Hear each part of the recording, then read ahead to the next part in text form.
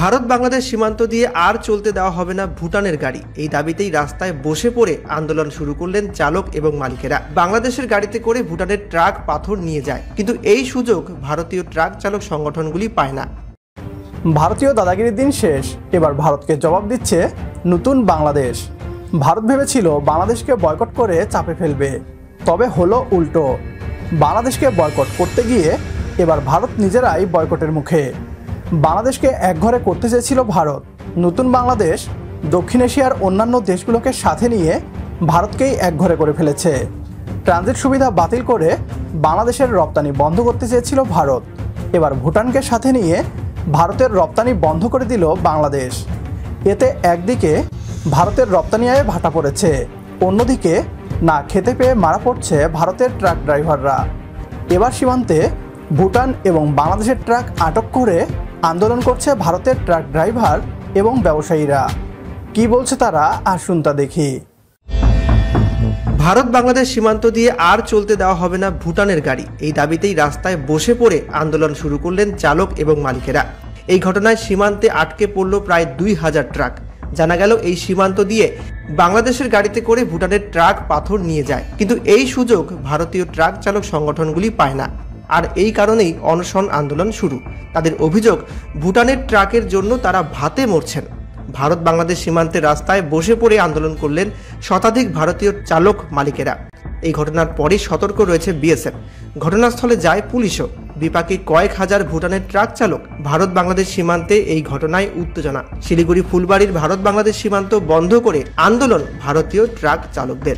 যে আমরা যেই 3টা দাবি রেখেছিলাম, সেই 3টা দাবির মধ্যে মনে করো আমরা অলরেডি একটা দাবি পেয়েছিলাম, সুবিধা পোর্টালে যেটা আমাদের ভুটান গাড়ি ঢুকবে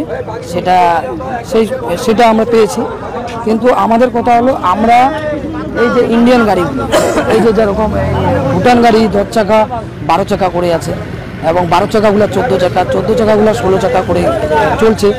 তো সেটাকে আমরা পুলিশ প্রশাসনকে দেখতে বলছি, এবং আমি পুলিশ প্রশাসনের কাছে আবেদন করব যেন আমরা সাধারণ মানুষ, আমরা সাধারণ জনতা এই যে আমরা যেন বাঁচতে পারি, রুটি রোজগার নিয়ে বাঁচতে পারি। কারণ আমরা অনেক সমস্যার মধ্যে আছি। কারণ আজকে আমরা আমাদের যে মনে করে যে বউ বাচ্চা আমাদের এমন পরিস্থিতিতে পড়ে আছে, যে অন্নদানা যেভাবে আমরা চলতাম, যেভাবে আমরা থাকতাম, সেই জিনিসটা এখন আমাদের নেই। তো আমরা খুব অসহায় পড়েছি। তো আমি সিএমকেও বলবো, আমি দিদিকেও বলবো যে আমাদের মুখের দিকে তাকায় বা আমাদের জনসাধারণের দিকে তাকায়, যেন আমাদের একটা সুরাহা দেয়, আমরা একটা ব্যবসা করে খেতে পারি। কারণ আমাদের রাজ্যে ব্যবসা হচ্ছে, আমাদের রাজ্যে যদি আমরা চলে ফিরে খেতে না পারি, তাহলে আমরা কোথায় যাব? ভুটান গাড়ি চলাচলের জন্য কি আপনাদের গাড়ি চলছে না? হ্যাঁ, ভুটান গাড়ির জন্য চলছে না। ভুটান গাড়ি একটাই, কি ওরা আনলিগালভাবে ব্যবসা করছে।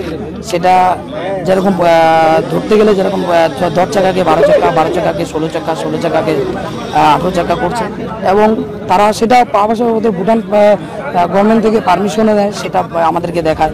এবং কি ওদের যে গাড়ি, সেটা আন্ডারলোড না ওভারলোডই আসে। সেটা প্রতিদিনের মতো যদি চেক করা হয়, তাহলে অবশ্যই গাড়িগুলি আন্ডারলোড হিসেবে তাদেরকে ফাইন দেওয়া হবে।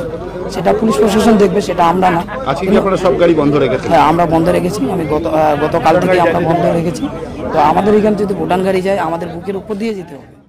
বাংলাদেশকে চাপে ফেলতে গিয়ে ভারত নিজেরাই চাপে পড়েছে।